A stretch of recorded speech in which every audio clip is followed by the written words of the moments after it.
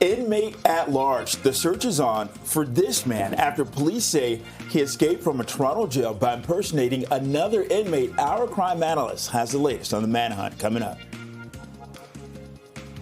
Plus, dump trucks will soon be rolling through Toronto streets to haul out mountains of snow just like that. In that live shot as the city's cleanup efforts shift to snow removal in the aftermath of the record-breaking storm.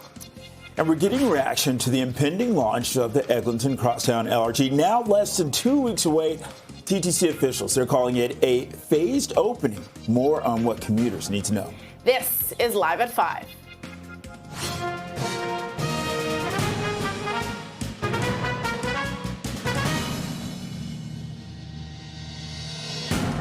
Good evening. I'm Bakari Savage. And I'm Beatrice Faisman. Welcome to Live at 5. Our top story tonight, police are trying to track down a man who escaped from the Toronto South Detention Centre by posing as another inmate who is set to be released. The CP24's crime analyst Steve Ryan joins us live. With the rest of this story, Steve, there are so many questions. Well, let's go back to a phrase, Murphy's Law. If anything can go wrong, it will go wrong. It was coined by a U.S. Naval or Air Force aerodynamic engineer, who said that back in the 1940s. And this is an example as to what that can mean. This man escaped custody last night just before midnight. He was at the South Detention Center, which is a big building behind me. It's a tough spot. It's a tough spot to work for the corrections officers, and it's a place that houses those who've been convicted of criminal offenses and sentenced to 2 years less a day, those convicted of provincial offenses, and those awaiting trial as well. And we're showing you his picture. So at just before midnight, he walked out impersonating another inmate, and as a result, now he is at large, and the police are actively looking for him. We heard from Toronto Police earlier on today, and here's what they said happened. Let's listen. Last night, just before midnight, an inmate at the Toronto South Detention Centre impersonated another inmate who was to be released from custody. Now, while he was pretending to be the other inmate, he was fitted for an ankle monitoring device, and that device was later located at a nearby gas station. So the police have released his picture. They're asking for the community's cooperation. If you recognize this man, or if you know him and you know where he's living, hanging out, hiding, working, whatever he's doing in whatever location you see him in or think he's in, you can leave an anonymous call to police and they'll follow up with every lead. It's important that they get him back into custody. Let's send it back to you guys. All right, our crime analyst Steve Ryan reporting live outside of the Toronto South Detention Centre. Steve, thank you. Well, police are looking for a suspect in an assault at Wellesley Station that left one person with life-threatening injuries. Okay, they're looking for this man right here. Police say he got in a fight on a subway train. This was around 7 o'clock last night. And when the train arrived at Wellesley Station, the altercation continued on the platform. That's where the victim was kicked several times. The suspect then ran away from the station. Just keep an eye out. He obviously takes TTC, and he did get off at Wellesley Station. So just keep an eye out. We did release a photo so everyone knows what he does look like. So if they do see someone who matches his description, just call police. And anyone who has information but wants to remain anonymous, just contact Crime Stoppers. As many as 50 drivers were involved in crashes on a stretch of the 401 in eastern Ontario. The pictures are pretty spectacular. Yeah, Chopper 24 was over the scene. This is near Belleville this afternoon. Look at how large this crash is. Multiple tractor trailers were involved. One still smoldering as heavy tows were brought in to clear the scene this afternoon. OPP say that the collisions happened on a 100-kilometer stretch of the highway between Brighton and Odessa during poor weather. Fortunately, no one was seriously injured. Yeah, and parts of the 401 near that area have since reopened as well. Let's get an idea of what's going on now for the commute home with CP24's traffic specialist Adjoa and Siawaz. Let's start with that problem, Adjoa, on the 401. Yeah, Abby. So what is happening out through there, as you were talking about, it was a 50-car pileup that happened this morning in between Trenton and Belleville on the 401 east and westbound. Westbound lanes were closed through this stretch. Now just the eastbound side remains closed between Wallace Bridge and Loyalist Road. So it's going to be there for some time. Once they reopen lanes, we'll let you know. But there are detours in place nice just to get you by. Now, back in the city, we're dealing with a police investigation, which is really slowing down the drive on the Don Valley Parkway in either direction. So start on the southbound side. It's the two right lanes that are blocked through Bayview Bloor for this investigation. That does continue. And if you're on the northbound lanes, you will find that left lane is occupied. So it's very slow in either direction. Then on the 401, we're dealing with a collision. This is the eastbound 401 in the Express. Just as you approach the 400, right lane and shoulder is occupied. And we did have problems, and they're still with us. This is the northbound lanes of the 400, just in the Express through Highway 7. It's a stalled truck. Heavy tow just arrived on scene, blocking that left lane as well as that left shoulder. This CP24 traffic report is brought to you by 407 ETR. Enjoy the journey with a stress-free commute. Well, sending it over to Samantha TC at the TTC Control Center. Samantha, hearing that there are issues on the 501 Queen streetcar, there's some delays. Thanks, Adra. So we are experiencing some issues on the 501 Queen streetcar route. Right now, the portion in the east end of the city between Queen and Kingston Road and Queen and Neville Park have been replaced by buses because of snow impeding the streetcar tracks in that area. So if you are traveling in the east end, look out for a shuttle bus as they are running. Now, looking at our subway routes right now, it is smooth sailing on all of our underground routes and Line 6 Finch West. Now, just a reminder, if you are traveling today and you are driving downtown in the area of any of our streetcar tracks, just be sure to make sure you are parking clear of any of our streetcar tracks, as we have noticed many cars blocking and impeding the streetcar tracks. So make sure to look out for that when you are parking downtown. That's it for us here at Transit Control today. Back to you in the newsroom. Okay, Samantha TC with TTC.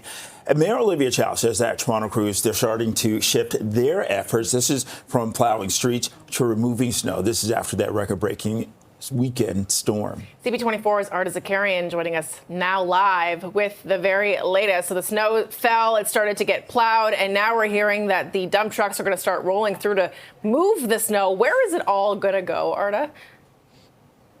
Well, they have 6 different sites across the city. That's where they're going to dump all of the snow. You can imagine how much snow there is. They're also going to melt some of it as well, because you can just imagine, might as well have a mountain of snow. So the operations are going to switch from plowing, as you said, over to removal within the next 48 hours. But they still haven't finished the plowing operations yet. They still have to go over the local roads, very slippery there. And there's a lot of snow accumulation. Also on the sidewalks, very difficult to walk on some sidewalks. I mean, it looks like the plows haven't even gone there, even though you know that they have. But we were driving around trying to find someone that was shoveling or getting rid of their snow on their driveway. And we found Savina and Delsa. Thank you guys so much for talking to me. So you both are friends, and you decided to come and do some snow blowing, some shoveling, and you hadn't touched this snow since it fell, right? Yeah. So, it's Delsa's home, and, she told me that she wants to shovel the snow in front of her driveway. So I told her that I can come over and help her doing that. So you both operated the snowplow together. Now that you're done, you're finished, what did you think of all of the snow? Oh, it was a lot, not gonna lie. And I've seen more before, but this was, to be honest, a lot. And it was a lot of work to get it all cleared out and all good.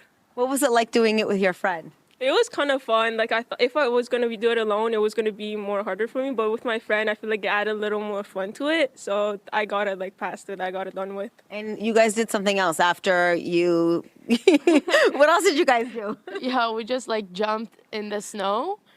And she was the only one warning us about the snow coming up on the snowstorm. And we were all like, no, it's not going to be that much. And she said that it's a lot and you guys can't believe it. But now when I'm seeing the snow, I'm like, she was right. It is a lot. Thank you guys so much. I'm going to let you operate the snowplow because you guys have a great method working together. 2 friends operating the snowplow. And so they both do it together, which is amazing. Go right ahead. So she's gonna pull it to operate the engine and then push the snowplow. We have a Great job, girls. You're doing great. Okay, here we go. Here we go. I'm going to step out of the way so I don't get pummeled with all the snow. But if you are in the city and you are going to be driving around, make sure you have a shovel with you. I've seen so many people stuck in the snow today. I myself almost got stuck too. And so make sure you have a shovel in your vehicle. Also, take care on the sidewalks when you are walking. It is no joke out there. Back to you. Team effort out there to clear all that snow. Arta Zakarian, why don't you go lend those girls a hand as well? Hey, put yourself to work there. Appreciate that. It is 5:10. Feels like minus 17. You're watching Live at 5. All right, coming up next, we're getting reaction to the possible opening date for the long-delayed Eglinton Crosstown LRT.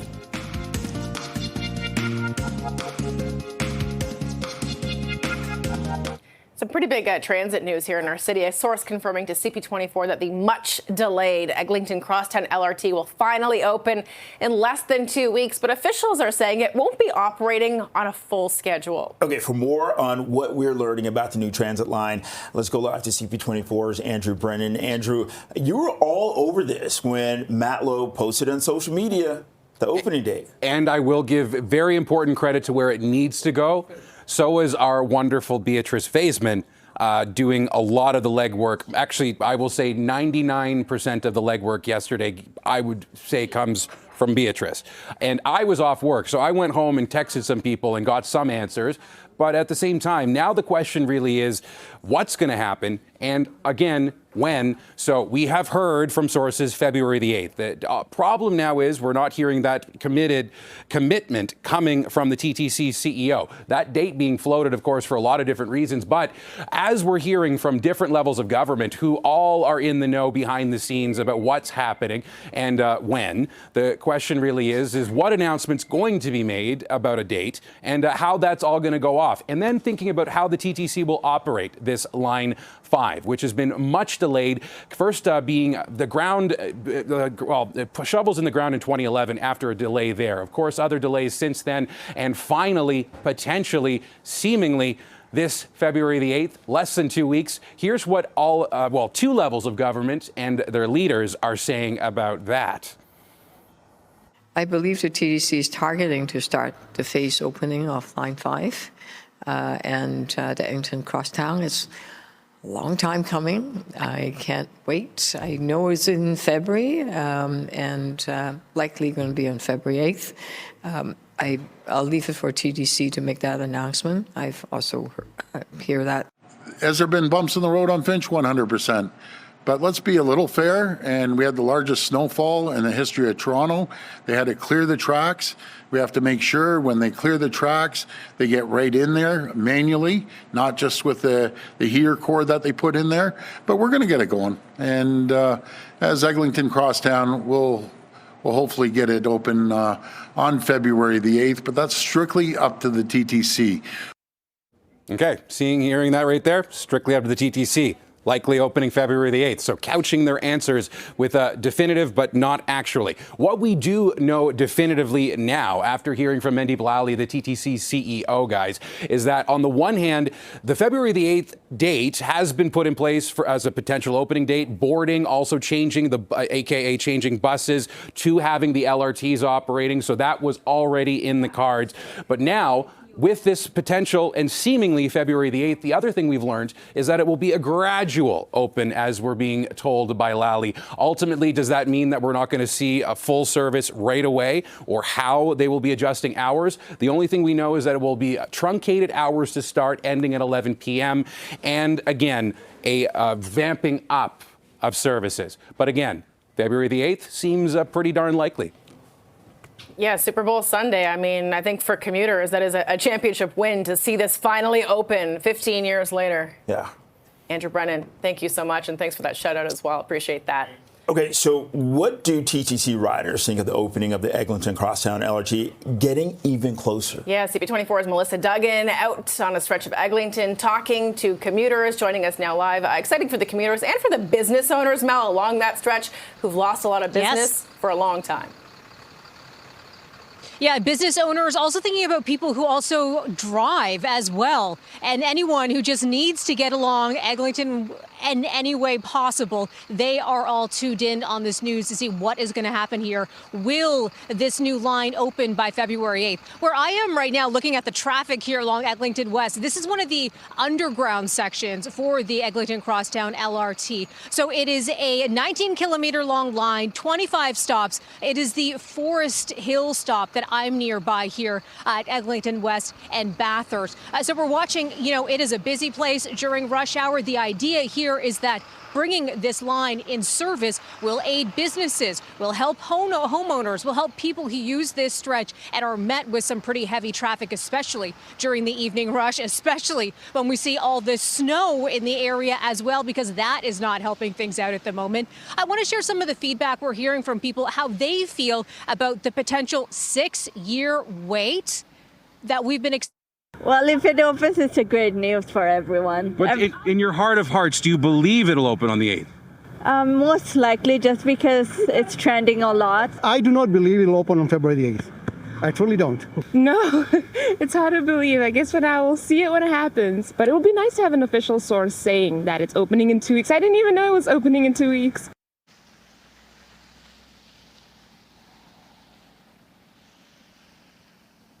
You would expect, too, that businesses, they made plans. Maybe they opened along this stretch, knowing that there would be this very handy transit line coming their way, bringing more people to the area. Also, people who bought condos, bought property, bought homes in this area, and thinking that they would be able to hop onto this line, connect to other routes, connected to the TTC, but they've been inconvenienced by this as well. So a lot of people having different experiences, all looking at this February 8th date, possibly, and they're penciling in that date right now. Don't put it in ink at this moment, but 12 days away possibly is when we could see the line open, apparently.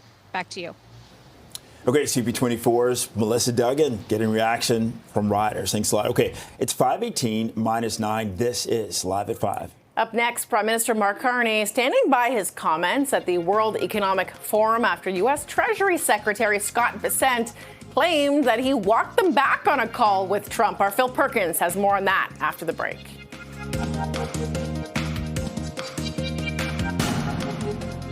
Well, Prime Minister Mark Carney says he stands by remarks that he made at the World Economic Forum that angered U.S. President Donald Trump after America's Treasury Secretary claimed that he tried to retract them. Okay, for more on the latest rift between Ottawa and Washington, let's go to CP24's Phil Perkins. Phil.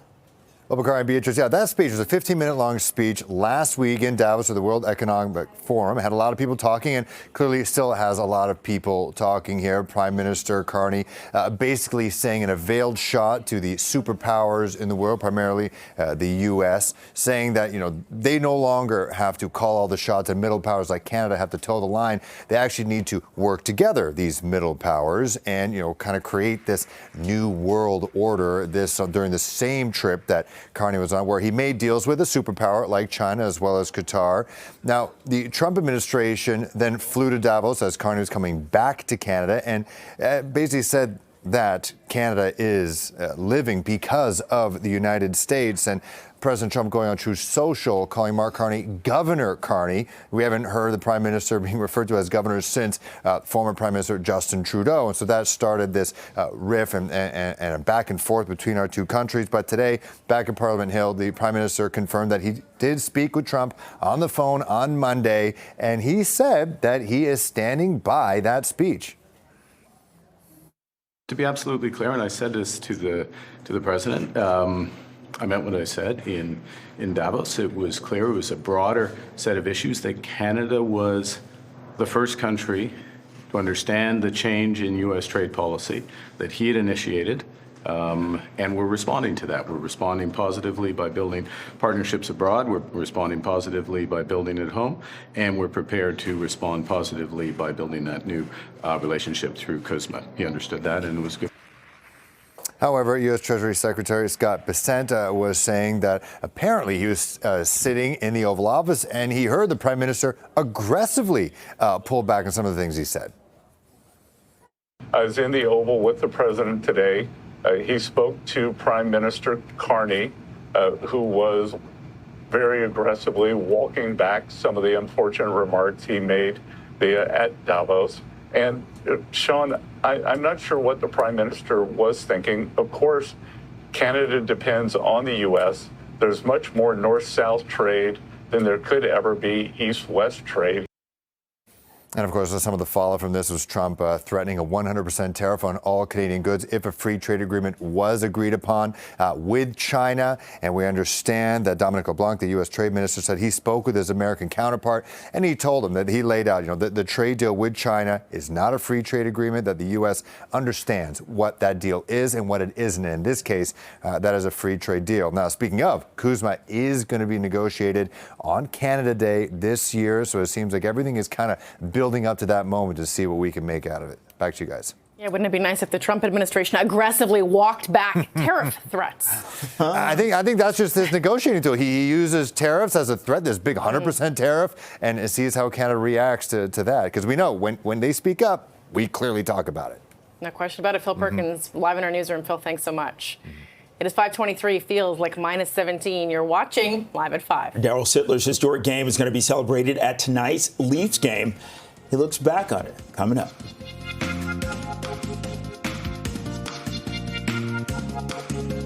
The Leafs are going to try to snap their 4-game losing streak tonight against the Sabres.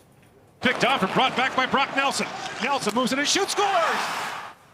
Yeah, it hasn't been a pretty run. Toronto has dropped all 4 games on the current homestand, getting outscored 18-8. The Leafs are 6 points out of a wild card spot. Puck drop tonight at 7 o'clock. And one of the greatest accomplishments in hockey history is going to be celebrated tonight at Scotiabank Arena. In February 1976, Daryl Sittler racked up 10 points in a game with 6 goals and 4 assists. That record still stands today, 50 years later, and the Leafs are going to have special experiences on and off the ice tonight to mark the anniversary. You don't set those records by yourself. You need teammates and good teammates to do it. The fact that the Leaf organization has invited everybody back with their spouses, everybody showed up that could show up, but 6 or 7 guys have since passed. Guys like Boria, unfortunately, aren't here, but they're here in our thoughts and our memories. But that, to me, is as meaningful as anything, that they're here celebrating it with me. The closest any player has come to breaking Sittler's record is 8 points in a game. Still stands. It's pretty cool. Well, the 2026 Juno nominations are out. You know you can call me if you need someone. Justin Bieber, Tate McRae leading the pack this year with 6 noms each. They're both up for Artist of the Year and Album of the Year. The Weeknd is nominated for 5 Junos, and so is newcomer Cameron Whitcomb. Canada's biggest music night will air live on March 29th from Hamilton. Right now it's 5:28 minus 9. This is Live at 5. Toronto crews are starting to shift their efforts from plowing streets to removing snow after the record-breaking weekend storm. We'll check in with Arda Zakarian to find out how residents are dealing with all that snow. Stay with us.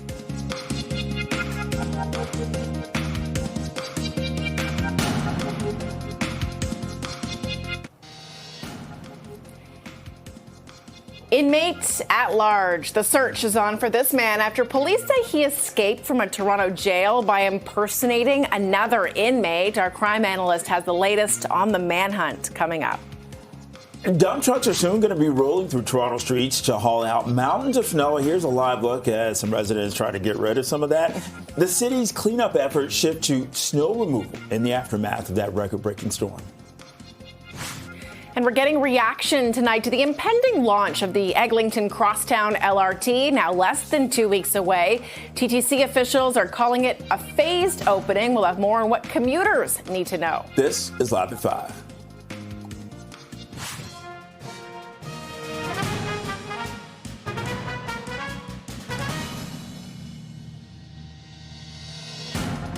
Good evening. I'm Beatrice Faisman. I'm Bakari Savage. Welcome to Live at 5. Mayor Olivia Chow says that Toronto crews are starting to shift their efforts from plowing streets to removing snow after that record-breaking weekend storm. CP24's Arda Zakarian out there on the streets, joining us now live with the very latest. We've been watching people snowblowing, shoveling still today. 2 days later? How's that going?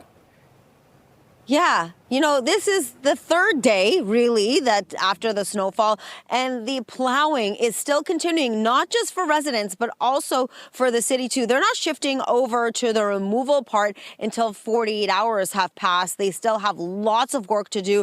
They have to go over the local roads. If you live in a residential area, you know your road needs extra plowing, especially those sidewalks. If you try to walk on any sidewalk in the city, it is so difficult right now. It needs to have some extra care, extra rounds going over it. And so the city is concentrating on doing those, and then it's going to move over to a snow removal project, going to remove snow and take them to 6 different sites across the city. They're also going to be melting snow as well. They said this is going to be a big dump truck operation, and if you do have cars that are parked, they might ask you to move them. They're going to go door to door, ask you for that. So keep that in mind. With me right now is Andrew. Andrew has been plowing and snow blowing your way through your parents' driveway, attempting to.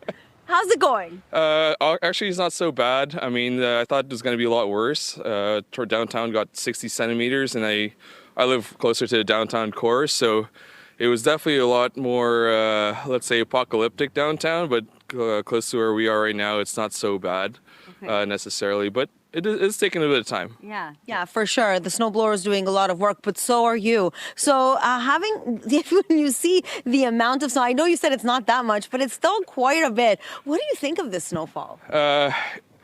I think if there's one thing I learned about being back home in Canada, I grew up overseas, it's just to embrace it. I mean, there's nothing much you can do.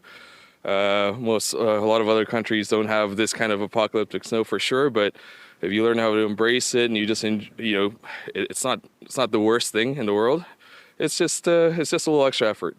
You and your snowblower are getting very closely acquainted, and you are basically you know exactly what to do when it stops working. You know exactly how to fix it. Did you know how to do this all before, or you're just learning now? It's just mechanics, honestly. It's nothing too complicated, but it's you just learn as you go. Amazing. Yeah. Can we see you at it? Sure. Yes. Let's. I hope so too, but he's doing a great job. So if you are like Andrew, and he's actually helping out his parents doing this, which is amazing. Every child should be helping out their parents and shoveling or using the snowblower. But if you are out today, make sure to drive carefully. We've seen lots of people out stuck in the snow. I myself had a couple of close calls too. Maybe bring a shovel with you. Put it in your trunk as you are driving around the city. Also, if you are on the sidewalks, take extra care. They're very slippery. Back to you. Okay, CP24's Arden Zakarian on snow removal. Thanks a lot. Well, disability advocates are calling for more accessibility support in the wake of the storm. Advocacy group Disability Without Poverty says municipalities could register the addresses of people with disabilities for extra attention during snow clearing operations. It says under the Disabilities Act, the province is required to enact a set of standards for municipalities to minimize the impact of severe weather events on people with mobility issues. And with big winter storms, of course, comes the risk of damage to your property. And so homeowners are being reminded to make sure their insurance coverage is up to date. Things like frozen pipes, ice damming to sump pump failures, and roof damage. Many cold weather hazards aren't automatically covered, leaving some people at risk for some pretty costly repairs. Insurance expert Daniel Ivins with rates.ca says it's a good time to go over your policy. Any sort of pre-existing damage or negligence, failure to maintain your property can make the claims process really challenging for consumers. So the more that they're doing to care for their property, keep snow clear, keep it out of gutters, keep trees trimmed that look like a potential exposure, keep driveways shoveled, and keep the heat on, all of these things can contribute to making sure that if a claim does happen, the process is as smooth as possible. And other tips for protecting your biggest investment include insulating and draining outdoor pipes, testing sump pumps and backup power sources, along with sealing any cracks in your foundation. It's 5:36. Let's get a check on the commute with CP24's traffic specialist, Adjo in Seattle Block. Good evening, Adj. Oh, good evening, Bakari. We are still dealing with quite a few issues if you're headed out this hour. We'll start with the police investigation, which is really impacting the commute on the Don Valley Parkway, south and northbound. So if you're on the southbound side, this investigation is blocked off off. The two right lanes on the approach to Bayview Bloor happened when an individual ended up down the ravine near Pottery Road. For some reason, emergency crews are in the left lane. Has something to do with the problems on the southbound side, but they do have the left lane blocked. So if you're coming on the southbound side, the backup is from before Eglinton. It's improving because drivers bailing and just using Don Mills as an alternative. Northbound, not many alternatives. So people stuck on the DVP North, right on off the Gardner, all the way up towards the 401. Headed on the 401 eastbound, jam from Dixie out to the 400. We had some issues in the Express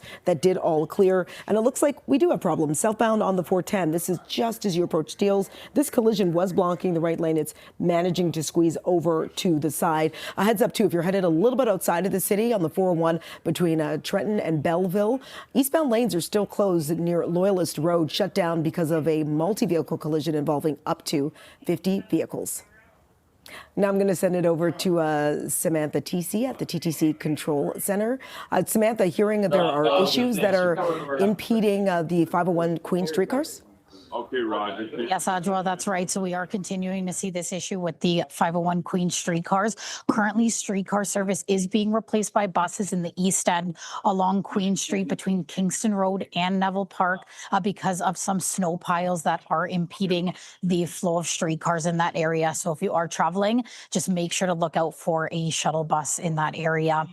Now looking at service underground on our subways, things are running smoothly on lines 1, 2, and 4 and line 6 Finch West. But just a reminder, if you are headed out late night tonight, we do have a planned subway closure on the portion of line 1 starting at 11 p.m. between Finch and Eglinton stations for planned tunnel work. Now, shuttle buses will run along Yonge Street with regular service set to resume tomorrow morning at 6 a.m. Now, that's it for us at Transit Control. Back to the newsroom. Okay, Samantha TC with that live update from the TTC Transit Control Center.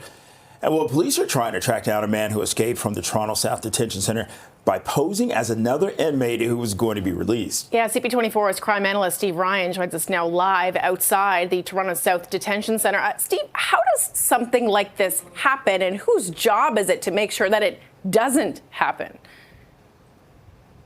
Well, it's part of the correctional officer's job and their admin staff and everybody involved in releasing inmates to ensure that this doesn't happen. But stuff does happen. As I said earlier, anything that can go wrong will go wrong at some point in time. And this, unfortunately, is one of those situations. Working at the West Detention Center, South Detention Center, working any detention center or a penitentiary for that matter, is a difficult work. And it's a tough place to serve your time as well, whether you are serving time for a criminal offense and you've been sentenced to 2 years less a day, you're serving time for a provincial offense, or you're in custody waiting a trial. You've been held in custody, pretrial custody, as a result of, a variety of different reasons. So it's a mixture of personalities. It's a mixture of people with committing different offenses, some not even convicted of an offense. And we're showing you the picture of this guy right now. So the information from police is that just before midnight, this man impersonated another inmate, was issued an anklet bracelet, and he walked out of the detention center. So there will be an investigation now to figure out exactly what happened, what went wrong, and what they can do to prevent this from happening in the near future. We did speak with police earlier on today as well, and the officer provided a description of this suspect, and here's what she said. Let's listen. We are looking for Stephen Alexander Guzman Mariquin, 32, of Toronto.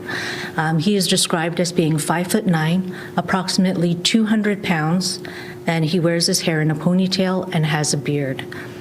We have provided images. Anyone who knows any information about his whereabouts is asked to call police. He is considered dangerous. Do not approach and call the police immediately. So 2 offenses that come to mind that this man could be charged with. One is escaping lawful custody, and the other is impersonating another person.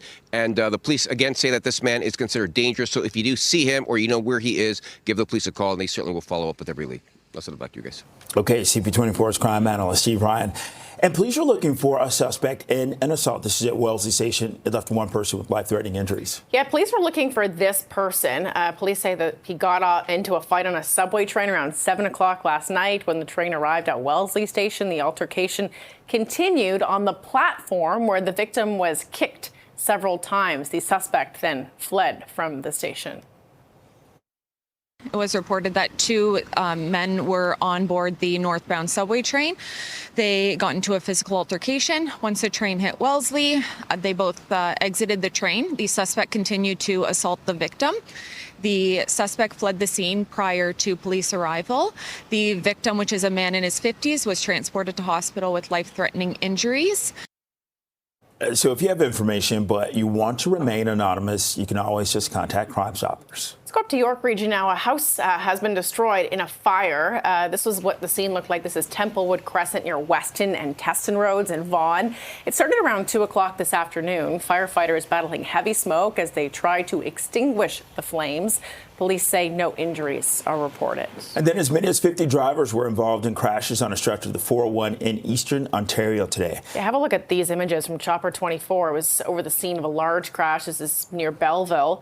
Multiple tractor trailers were involved, one still smoldering as heavy tows were brought in to clear the scene and a lot of that debris this afternoon. The OPP said the collisions happened on a 100-kilometer stretch of the highway between Brighton and Odessa during poor weather. Thankfully, no one was seriously injured. It's 5:42 -9. This is Live at 5. Coming up next, we're getting reaction to the possible opening date for the long-delayed Eglinton Crosstown LRT. That story after the break. And a source confirms to CP24 that the much-delayed Eglinton Crosstown LRT will finally open in less than 2 weeks. What do TTC riders think of the opening of the Eglinton Crosstown LRT? Getting ever closer. Let's find out. CP24's Melissa Duggan has been talking to commuters. Are they feeling hopeful, Mel? I'll believe it when I see it. That's kind of the line we're hearing from a lot of people. We were out here when there was another date that was speculated as being the opening time for the Crosstown LRT. That was back in September. And we were going out, talking to commuters. How do they feel about the possibility of it opening? At that time, they said, I'll believe it when I see it. Well, of course, September come and gone a long time ago. Now we're looking ahead to February 8th as possibly the opening date for this line that has been a long time in the making. 2011 is when construction started. We were originally looking at it opening up back in 2020. So 6 years later, is it finally going to happen? It would be a boost to people who own businesses along Eglinton. Of course, they have been crying out saying, we need this to happen. It's also a boost to people who use this route normally if you're in a vehicle. Of course, we're looking out at rush hour right now along Eglinton West. This is near Bathurst. It is a very busy place. If more people could be on the Crosstown LRT instead, ideally that would help with this gridlock.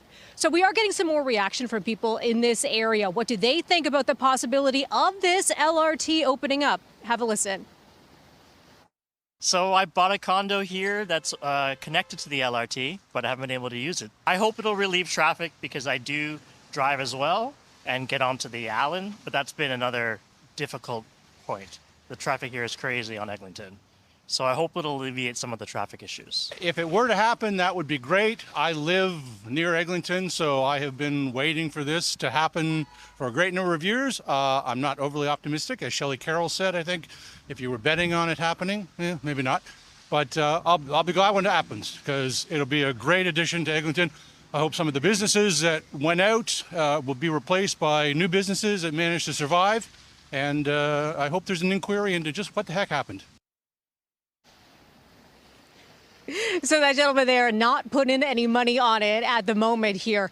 Meanwhile, the wait continues. Possibly it's just going to be a 12-day wait. That's how long it's going to be until February 8th. You can bet we're keeping a very close eye on all things Eglinton Crosstown LRT until then. Bakari, Beatrice, back to you. All right, CP24's Melissa Duggan live with what people are saying about it, but we need to back up a moment, right? So officials, they say that when the Eglinton Crosstown LRT does actually open, it's not going to be operating on a full schedule. Yeah, so for more on what we're learning from those officials and politicians about this new transit line, we're joined live by CP24's Andrew Brennan, who's in our newsroom. Always a political spin on these stories because some of these, officials, they don't want to commit to a date just in case it's not ready yet. So what happened today, Andrew?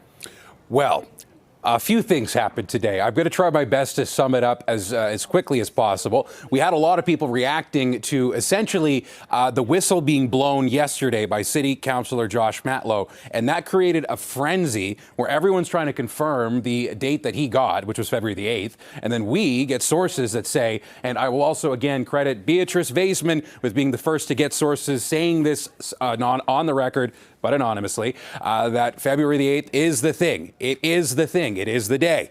But then you have everyone trying to say, well, basically couching words. They'll say, this is up to the TTC. And that was what the Ford government said. The Premier saying exactly that he heard February the 8th, but it's up to the TTC CEO.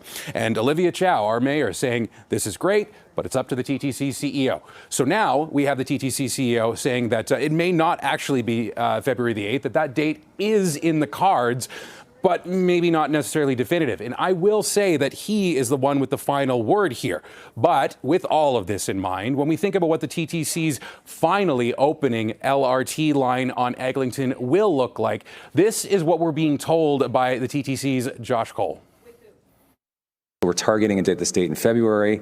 It won't be full hours yet when we open, and part of that is exactly from the learnings we've seen on other lines, where we want to make sure that we're stress testing it. Our customers are giving us feedback on that. We're pressing and making the accountability really clear for the maintainer. Just a reminder, we cannot touch or fix these lines. It is a private maintainer, and Metrolinx being the owner, and so we want to enhance and push a level of accountability on that, what we're learning as operators and what we're getting from our customers back to our partners to make sure that those fixes are happening. So he did say that date is being looked at, that they are in the process of doing those checks and balances, and then ultimately saying that this is less to do with the TTC than the consortium and otherwise. But ultimately, the big thing that people need to be paying attention to there, guys, he did say that there will be essentially a truncated start to this line beginning. Whether the hours are shorter and in essence truncated and ending at 11, that we do know, but it may also not have the same level of service as it starts. But the sources still say February the 8th. So we'll see. We'll see. Back to you. Okay, live from the newsroom, CP24's Andrew Brennan. Well, the province has made a construction and is underway, on a GO Transit extension east of the city. Yeah, the Bowmanville GO extension will extend the Lakeshore East line by nearly 20 kilometers. Transport Minister Prabmeet Sarkaria says it'll connect Durham College Oshawa GO station to the future Bowmanville station. Well, the province has not yet said when the Bowmanville GO extension is going to open. And right now it's 5:51 minus 9. This is Live at 5. Coming up, this guy right here, Bakari Savage, had a special assignment earlier this afternoon. We'll take you inside the Yonge Street Mission's Evergreen Center for Youth. Coming up next.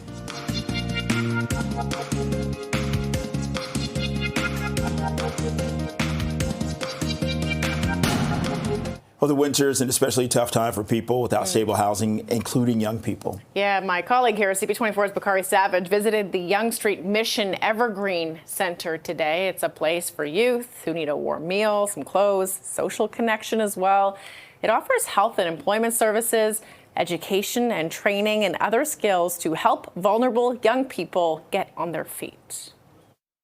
We've got buildings across the city serving adults and families in crisis. Here at the Evergreen Center, this is where we focus our street-involved youth population, vulnerable youth come here every day to grab a meal, to get warm, and to meet with an adult that they can trust. And we had a chance to talk to a young man who started visiting the Evergreen Center as a teen while he was experiencing homelessness. He shared some of his story with us. Going back 6 years, I was 16 at the time. I had no place to go, no place for food, nothing like that. I ended up using Evergreen as a space where it was welcoming. It has a positive atmosphere. There's next to no drama here. You're able to come here to get your laundry done. You're able to access health supports, whether it's dental, psychologists, so on and so forth, which has been crucial, honestly, at certain points throughout my time. And there he is, getting to work. Bakari Savage helping, feed some people there. The Evergreen Center putting on a winter walk to support their youth programs. You can sign up to take part on February 7th on the Yonge Street Mission website. The goal is to raise $145 Bakari, giving back like that, meeting especially that young man who once experienced homelessness, who turned to that network and organization. What was that like for you? It's interesting because, this organization, it's only open just for a short window throughout the week. You can see me, I'm just wearing my coat there because the heat was not working today. So it was pretty cold inside, but then when you start moving around in the kitchen and cooking, it warms up in that area. But as soon as you leave the kitchen area, that's it. They put together about 100 meals a day, right? So that's 500 meals a week, and they don't charge anything. But the quality of the food, it's probably what you would say $20 and it's all free. So, they need help with this. A lot of times when we have the conversation about homeless, it's, adults.